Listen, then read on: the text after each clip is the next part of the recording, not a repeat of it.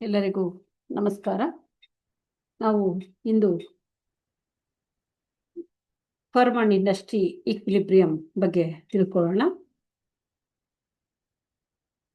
ನನ್ನ ಹೆಸರು doctor Mamata N, ಅರ್ಥಶಾಸ್ತ್ರ ಸಹ ಪ್ರಾಧ್ಯಾಪಕರು, ಸರ್ಕಾರಿ ಪ್ರಥಮ ದರ್ಜೆ ಕಾಲೇಜು, ಕುಣಿಗಲ್. ಇಂದು ಉದ್ಯಮ ಮತ್ತು ಕೈಗಾರಿಕೆ ನಡುವಿನ ಸಮತೋಲನದ ಬಗ್ಗೆ ನಾವು ಮಾತಾಡೋಣ. ಪರಿಪೂರ್ಣ ಪೈಪೋಟಿ ಮಾರುಕಟ್ಟೆಯಲ್ಲಿ ಉದ್ಯಮ ಮತ್ತು ಕೈಗಾರಿಕೆ ನಡುವೆ ಸ್ಪಷ್ಟ ವ್ಯತ್ಯಾಸ ಇರುತ್ತೆ. ಇದು ನಾನು ಈಗಾಗಲೇ ಹೇಳಿದ್ದೀನಿ. ಕೈಗಾರಿಕೆ ಅನೇಕ ಉದ್ಯಮಗಳ ಸಮೂಹ ಆಗಿರುತ್ತೆ. ಅಂದರೆ ಕೈಗಾರಿಕೆ ಅನೇಕ ಉದ್ಯಮಗಳನ್ನ ಒಳಗೊಂಡು ಅಸ್ತಿತ್ವಕ್ಕೆ ಬಂದಿರುವಂತಹ ಒಂದು ಸಂಸ್ಥೆ. ಅಂದರೆ ಕೈಗಾರಿಕೆ ಅನ್ನುವಂಥದ್ದು ದೊಡ್ಡದಾಗಿದ್ರೆ ಫರ್ಮ್ ಅಥವಾ ಉದ್ಯಮ ಅನ್ನುವಂಥದ್ದು ಚಿಕ್ಕದು, ಸಣ್ಣ ಸಣ್ಣ ಕೈಗಾರಿಕೆಗಳನ್ನ ಉದ್ಯಮ ಅಂತೇಳಿ ಕರಿತೀವಿ. ಅಂದರೆ ಕೈಗಾರಿಕೆ ಅನೇಕ ಉದ್ಯಮಗಳನ್ನ ಒಳಗೊಂಡಿರುವಂತಹ ಒಳಗೊಂಡು ಅಸ್ತಿತ್ವಕ್ಕೆ ಬಂದಿರುವಂಥದ್ದಾಗಿರುತ್ತೆ. ಆದರೆ ಉದ್ಯಮ ಎಂಬುದು ಒಂದು ಸಣ್ಣ ಉತ್ಪಾದನಾ ಘಟಕ ಆಗಿರುತ್ತೆ. ಇಂತಹ ಅನೇಕ ಉದ್ಯಮಗಳನ್ನ ಸೇರಿಕೊಂಡು ಕೈಗಾರಿಕೆ ಅನ್ನುವಂಥದ್ದು ಅಸ್ತಿತ್ವಕ್ಕೆ ಬಂದಿರುತ್ತೆ. ಆದ್ದರಿಂದ ಉದ್ಯಮ ಎಂಬುದು ಕೈಗಾರಿಕೆಯ ಒಂದು ಅಂಗ ಮಾತ್ರ ಅಥವಾ ಘಟಕವಾಗಿರುತ್ತೆ. ಪರಿಪೂರ್ಣ ಪೈಪೋಟಿಯಲ್ಲಿ ಈ ಉದ್ಯಮ ಮತ್ತು ಕೈಗಾರಿಕೆಯ ಸಮತೋಲನ ತಲುಪುವ ಬಗೆಯನ್ನ ಇಲ್ಲಿ ನಾವು ವಿವರಿಸುವಂತಹ ಪ್ರಯತ್ನವನ್ನ ಮಾಡಿದ್ದೀನಿ. ಉದ್ಯಮದ ಸಮತೋಲನದ ಪರಿಸ್ಥಿತಿ. ಉದ್ಯಮ ತನ್ನ ಉತ್ಪಾದನೆಯ ಪ್ರಮಾಣವನ್ನ ಬದಲಿಸುವ ಪ್ರವೃತ್ತಿಯನ್ನ ಅಥವಾ ಒಲವನ್ನ ಹೊಂದಿಲ್ಲದಿದ್ದಾಗ ಅದು ಸಮತೋಲನದಲ್ಲಿ ಇರುತ್ತೆ. ಅಂದ್ರೆ ಈ ಸಮತೋಲನ ಬಿಂದುವಿನಲ್ಲಿ ಅದು ಸೀಮಾಂತ ಆದಾಯವನ್ನ ಸೀಮಾಂತ ವೆಚ್ಚಕ್ಕೆ ಸಮಗೊಳಿಸುವುದರ ಮೂಲಕ ಗರಿಷ್ಠ ಲಾಭ ಪಡೆಯುತ್ತಿರುತ್ತದೆ. ಉದ್ಯಮ ತನ್ನ ಉತ್ಪಾದನೆಯ ಪ್ರಮಾಣವನ್ನ ಬದಲಿಸುವ ಪ್ರವೃತ್ತಿ, ಅಂದ್ರೆ ಎಷ್ಟು ಉತ್ಪಾದನೆಯನ್ನ ಮಾಡಬೇಕು, ಅದರ ಪ್ರಮಾಣ ಎಷ್ಟಿರ್ಬೇಕು ಅಥವಾ ಪೂರೈಕೆಯನ್ನ ನಾವು ಎಷ್ಟು ಮಾಡಬೇಕು ಅನ್ನೋದನ್ನ ಇಲ್ಲಿ ನಿರ್ಧರಿಸುತ್ತೆ. ಇಲ್ಲಿ ಈ ನಿರ್ಧರಿಸುವಂತಹ ಸಮಯದಲ್ಲಿ ಈ ಸಮತೋಲನ ಬಿಂದುವಿನಲ್ಲಿ ಅದು ಸೀಮಾಂತ ಆದಾಯ ಸೀಮಾಂತ ವೆಚ್ಚಕ್ಕೆ ಅಂದ್ರೆ ಹೊಂದಿಕೊಳ್ಳುವ ರೀತಿಯಲ್ಲಿ, ಸೀಮಾಂತ ಆದಾಯ ಸೀಮಾಂತ ವೆಚ್ಚಕ್ಕೆ ಸಮನಾಗುವ ರೀತಿಯಲ್ಲಿ ಅದು ನೋಡ್ಕೊಳ್ಳುತ್ತೆ. ಯಾಕೆ ಅಂದ್ರೆ ಗರಿಷ್ಠ ಲಾಭವನ್ನ ಪಡೆಯುವಂಥದ್ದು ಅದರ ಗುರಿಯಾಗಿರುತ್ತೆ. ಹಾಗಾಗಿ ಸಮಗೊಳಿಸುವುದರ ಮೂಲಕ ಗರಿಷ್ಠ ಲಾಭವನ್ನ ಪಡೆಯಲಿಕ್ಕೆ ಪ್ರಯತ್ನ ಪಡುತ್ತೆ. ಅದರ ಲಾಭದ ಪರಿಸ್ಥಿತಿಯನ್ನ ನಾವು ಸೂತ್ರದಲ್ಲಿ ಹೇಳೋದಾದ್ರೆ profit is equal to R minus C. ಅಂದ್ರೆ ಈ ಸೂತ್ರದಲ್ಲಿ ಪ್ರಾಫಿಟ್ ಅನ್ನೋದು ಲಾಭವನ್ನ, ಹಾಗೆ ಆರ್ ಅಂದ್ರೆ ಒಟ್ಟು ಆದಾಯವನ್ನ, ಹಾಗೂ ಸಿ ಒಟ್ಟು ವೆಚ್ಚವನ್ನ ಪ್ರತಿನಿಧಿಸುತ್ತೆ. ಆರ್ ಅನ್ನುವಂಥದ್ದೇನು ಟೋಟಲ್ ಇನ್ಕಮ್, ಆದಾಯವನ್ನ, ಹಾಗೆ ಸಿ ಟೋಟಲ್ ಕಾಸ್ಟ್ ಅಂದ್ರೆ ಒಟ್ಟು ವೆಚ್ಚವನ್ನ ಅದು ಪ್ರತಿನಿಧಿಸುತ್ತೆ. ಉದ್ಯಮ ಗರಿಷ್ಠ ಲಾಭ ಗಳಿಸಬೇಕಾದ್ರೆ ಸೀಮಾಂತ ಆದಾಯ ಸೀಮಾಂತ ವೆಚ್ಚಕ್ಕೆ ಸಮನಾಗಿರ್ಬೇಕು. ಅಂದ್ರೆ ಯಾವುದೇ ಒಂದು ಉದ್ಯಮ ಹೆಚ್ಚು ಲಾಭವನ್ನ ಮಾಡ್ಕೊಳ್ಬೇಕು ಅಂದ್ರೆ ಅದೇನಾಗಿರ್ಬೇಕು, ಅದರ ಆದಾಯ ಅಂದ್ರೆ ಸೀಮಾಂತ ಆದಾಯ ಸೀಮಾಂತ ವೆಚ್ಚಕ್ಕೆ ಸಮನಾಗಿರ್ಬೇಕು. ಅಂದ್ರೆ ಆದಾಯಕ್ಕಿಂತ ವೆಚ್ಚ ಮೀರಬಾರ್ದು ಅಂತ ಅದರ ಅರ್ಥ. ಅಂದ್ರೆ MR is equal to MC, ಅಂದ್ರೆ ಸೀಮಾಂತ ಆದಾಯ ಇಸ್ ಈಕ್ವಲ್ ಟು ಸೀಮಾಂತ ವೆಚ್ಚ ಆಗಿರ್ಬೇಕು, ಅಥವಾ ಸೀಮಾಂತ ವೆಚ್ಚ ಇಸ್ ಈಕ್ವಲ್ ಟು ಸೀಮಾಂತ ಆದಾಯ ಆಗಿರ್ಬೇಕು. ಅಂದ್ರೆ ವೆಚ್ಚ ಮತ್ತು ಆದಾಯ ಸಮನಾಗಿರ್ಬೇಕು ಅಂತ ಅರ್ಥ. ಹಾಗಾಗಿ ರೇಖಾಚಿತ್ರದಲ್ಲಿ ನೋಡಿದ್ರೆ ಸೀಮಾಂತ ವೆಚ್ಚದ ರೇಖೆ ಸೀಮಾಂತ ಆದಾಯದ ರೇಖೆನಿಂದ ಎರಡನೇದೇನಪ್ಪ ಅಂದ್ರೆ ಸೀಮಾಂತ ವೆಚ್ಚದ ರೇಖೆ ಸೀಮಾಂತ ಆದಾಯದ ರೇಖೆನ ಕೆಳಗಿನಿಂದ ಸ್ಪರ್ಶಿಸಬೇಕು ಅನ್ನುವಂಥದ್ದು. ಎರಡು ಷರತ್ತುಗಳು, ಒಂದು ಸೀಮಾಂತ ವೆಚ್ಚ ಸೀಮಾಂತ ಆದಾಯಕ್ಕೆ ಸಮನಾಗಿರ್ಬೇಕು, ಇನ್ನೊಂದು ರೇಖಾಚಿತ್ರದಲ್ಲಿ ಸೀಮಾಂತ ವೆಚ್ಚದ ರೇಖೆಯನ್ನ ಸೀಮಾಂತ ಆದಾಯದ ರೇಖೆ ಕೆಳಭಾಗದಿಂದ ಸ್ಪರ್ಶಿಸಿರ್ಬೇಕು ಅನ್ನುವಂಥದ್ದು. ಪರಿಪೂರ್ಣ ಪೈಪೋಟಿ ಮಾರುಕಟ್ಟೆಯಲ್ಲಿ ಉದ್ಯಮಕ್ಕೆ ತನ್ನ ಬೆಲೆ ಧೋರಣೆ ಬಗ್ಗೆ ಯಾವುದೇ ಆಯ್ಕೆಗೆ ಅವಕಾಶ ಇರೋದಿಲ್ಲ. ಅಂದ್ರೆ ಇಲ್ಲಿ ಬೆಲೆ ಮೇಲೆ ಯಾವುದೇ ಹತೋಟಿಯನ್ನು ಹೊಂದಿರುವುದಿಲ್ಲ. ನಾನೀಗಾಗಲೇ ಹೇಳಿದ್ರೆ ಯಾವುದೇ ಒಂದು ಉದ್ಯಮ ಆಗಲಿ ಕೈಗಾರಿಕೆ ಆಗಲಿ ಪರಿಪೂರ್ಣ ಪೈಪೋಟಿ ಮಾರುಕಟ್ಟೆಯಲ್ಲಿ ಬೆಲೆಯನ್ನ ನಿರ್ಧರಿಸುವಂತಹ ಒಂದು ಅವಕಾಶವನ್ನ ಅಥವಾ ಸಾಮರ್ಥ್ಯವನ್ನ ಪಡ್ಕೊಂಡಿರೋದಿಲ್ಲ. ಅಲ್ಲಿ ಮಾರುಕಟ್ಟೆಯಲ್ಲಿರುವಂತಹ ಬೇಡಿಕೆ ಮತ್ತು ಪೂರೈಕೆ ಅಂಶಗಳ ಒಂದು ಒತ್ತಡಗಳಿಂದಾಗಿ ಬೆಲೆ ಅನ್ನುವಂಥದ್ದು ನಿರ್ಧಾರ ಆಗುತ್ತೆ ಅಂತ. ಹಾಗಾಗಿ ಅದು ಕೇವಲ ಬೆಲೆ ಪಡೆಯುವ, ಅಂದ್ರೆ ಪರಿಪೂರ್ಣ ಪೈಪೋಟಿ ಮಾರುಕಟ್ಟೆಯಲ್ಲಿ ಬೆಲೆ ಪಡೆಯುವ ಆಗಿರುತ್ತೆ ಅದು ಉದ್ಯಮ. ಕೈಗಾರಿಕೆಯಲ್ಲಿ ಬೇಡಿಕೆ ಮತ್ತು ಪೂರೈಕೆ ಅಂಶಗಳಿಂದ ನಿರ್ಧರಿತವಾಗಿರುವ ಬೆಲೆಯನ್ನು ಅದು ಒಪ್ಪಿಕೊಂಡು, ಅಂದ್ರೆ ಯಾವುದೇ ಒಂದು ಉದ್ಯಮ ಏನು ಕೈಗಾರಿಕೆಯಿಂದ ಬೆಲೆ ನಿರ್ಧಾರ ಆಗಿರುತ್ತೋ ಆ ಬೆಲೆಯನ್ನ ಅದು ಒಪ್ಪಿಕೊಂಡು ತನ್ನ ಸರಕನ್ನ ಮಾರಾಟ ಮಾಡಬೇಕಾಗುತ್ತೆ. ಪ್ರಸ್ತುತ ಅಸ್ತಿತ್ವದಲ್ಲಿರುವ ಈ ಬೆಲೆಯಲ್ಲಿ ಅದು ಎಷ್ಟು ಬೇಕಾದರೂ ಸರಕನ್ನ ಮಾರಾಟ ಮಾಡಬಹುದು, ಆದ್ರೆ ಬೆಲೆಯನ್ನ ಹೆಚ್ಚಿಸಿ ಏನನ್ನು ಮಾರಾಟ ಮಾಡಲು ಸಾಧ್ಯ ಆಗೋದಿಲ್ಲ.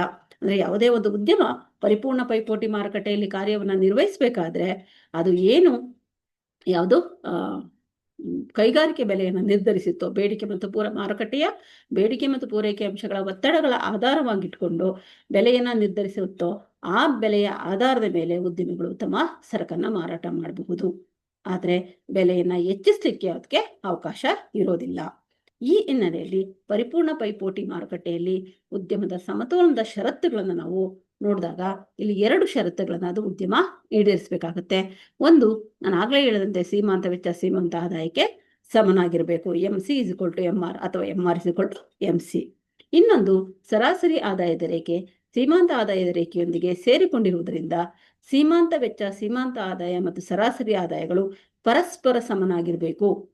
ಸೀಮಾಂತ ಆದಾಯ, ಸೀಮಾಂತ ವೆಚ್ಚ ಮತ್ತೆ ಸರಾಸರಿ ಆದಾಯ, ಸೀಮಾಂತ ಆದಾಯ, ಸೀಮಾಂತ ವೆಚ್ಚ, ಸರಾಸರಿ ಆದಾಯ ಮೂರು ಸಹ ಸಮನಾಗಿರಬೇಕು.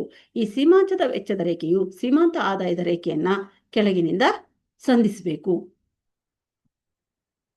ಕೈಗಾರಿಕೆ ಸಮತೋಲನದ ಪರಿಸ್ಥಿತಿ. ಈಗಾಗಲೇ ತಿಳಿದಿರುವಂತೆ ಪರಿಪೂರ್ಣ ಪೈಪೋಟಿ ಮಾರುಕಟ್ಟೆಯಲ್ಲಿ ಕೈಗಾರಿಕೆ ಅನೇಕ ಉದ್ಯಮಗಳ ಸಮೂಹ ಆಗಿದೆ. ಈ ಕೈಗಾರಿಕೆಯು ಸಮತೋಲನದಲ್ಲಿ ಇರಬೇಕೆಂದ್ರೆ ಉದ್ಯಮಗಳು ಕೈಗಾರಿಕೆಯನ್ನ ಹೊಸದಾಗಿ ಪ್ರವೇಶಿಸುವ ಅಥವಾ ಕೈಗಾರಿಕೆಯಿಂದ ನಿರ್ಗಮಿಸುವ ಪ್ರವೃತ್ತಿ ಇರಬಾರ್ದು.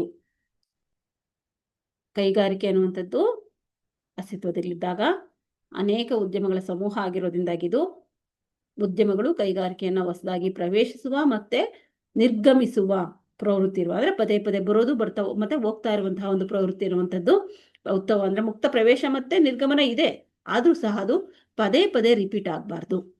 ಎರಡನೇದು, ಕೈಗಾರಿಕೆಯಲ್ಲಿರುವ ಎಲ್ಲ ಉದ್ಯಮಗಳ ಸಮತೋಲನದಲ್ಲಿರ್ಬೇಕು.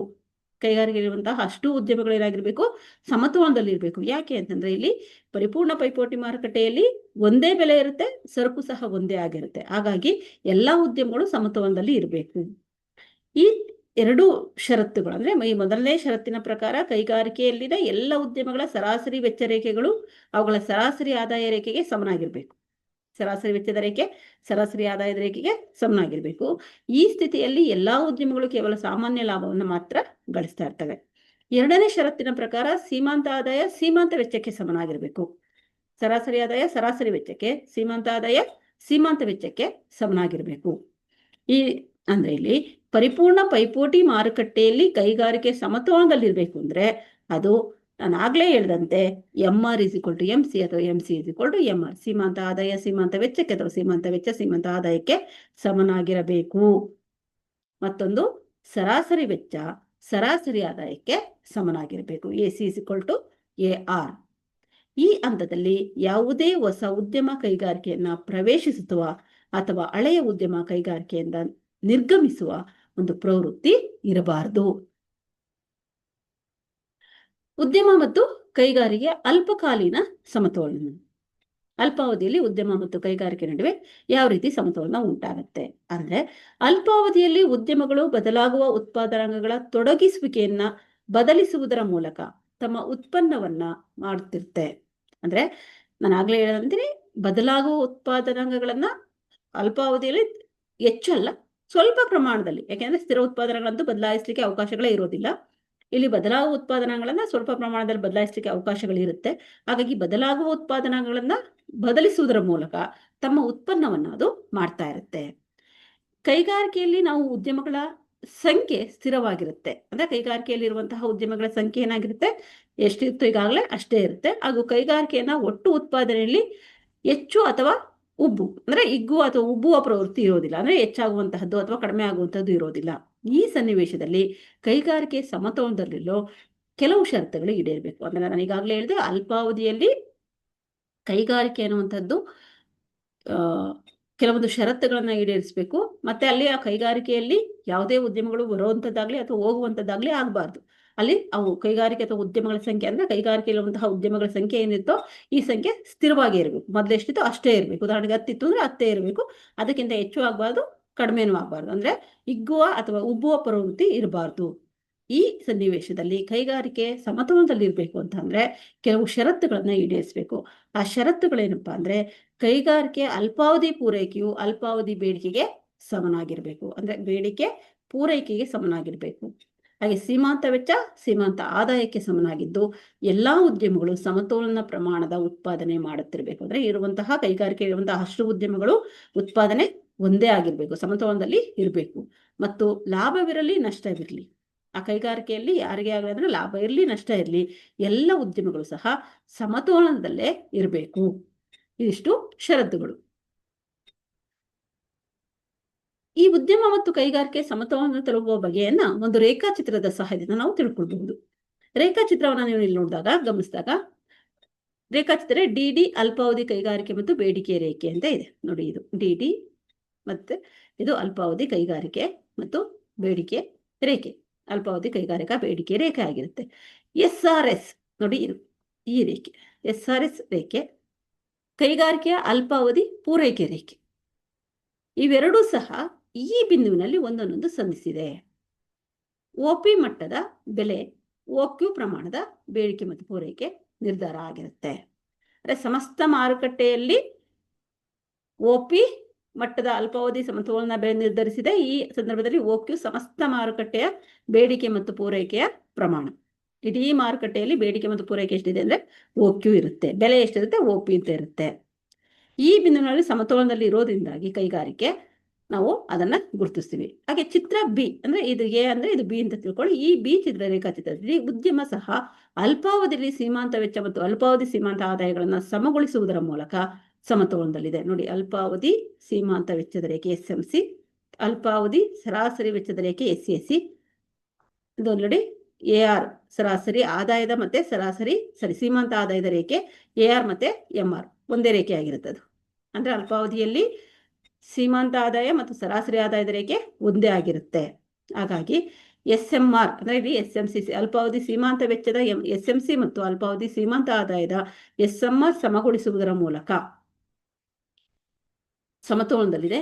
ಈ ಸನ್ನಿವೇಶದಲ್ಲಿ ಉದ್ಯಮ ಅಲ್ಪಾವಧಿಯಲ್ಲಿ ABPC ಪ್ರಮಾಣದ ಲಾಭವನ್ನ ಗಳಿಸ್ತಾ ಇರುತ್ತೆ. ನೋಡಿ, ಇದು ABPC ಇಷ್ಟು ಲಾಭವನ್ನು ಅದು ಗಳಿಸ್ತಾ ಇರುತ್ತೆ. ABPC ಅಷ್ಟು ಲಾಭವನ್ನ ಗಳಿಸ್ತಿರುತ್ತೆ ಅನ್ನುವಂಥದ್ದು ಇದರ ಅರ್ಥ. ಅಂದ್ರೆ ಕೈಗಾರಿಕೆ ಮತ್ತೆ ಉದ್ಯಮ ಇಲ್ಲಿ ಬೇರೆ ಬೇರೆ ಅಲ್ಲ, ಎರಡೂ ಸಹ ಒಂದೇ. ಆದರೆ ಉದ್ಯಮ ಅನ್ನುವಂಥದ್ದು, ಕೈಗಾರಿಕೆ ಅನ್ನುವಂಥದ್ದು ಹಲವು ಉದ್ಯಮಗಳ ಸಮೂಹ ಆಗಿದ್ದು, ಆ ಉದ್ಯಮ ಕೈಗಾರಿಕೆಯ ಒಂದು ನಿರ್ಧರಿಸಿದ ಬೆಲೆಗೆ ತಮ್ಮ ಸರಕುಗಳನ್ನ ಮಾರುಕಟ್ಟೆಯಲ್ಲಿ ಮಾರಾಟವನ್ನು ಮಾಡ್ತಾ ಇರುತ್ತೆ ಅನ್ನೋದನ್ನು ನಾವು ತಿಳ್ಕೊಂಡ್ವಿ. Thank you.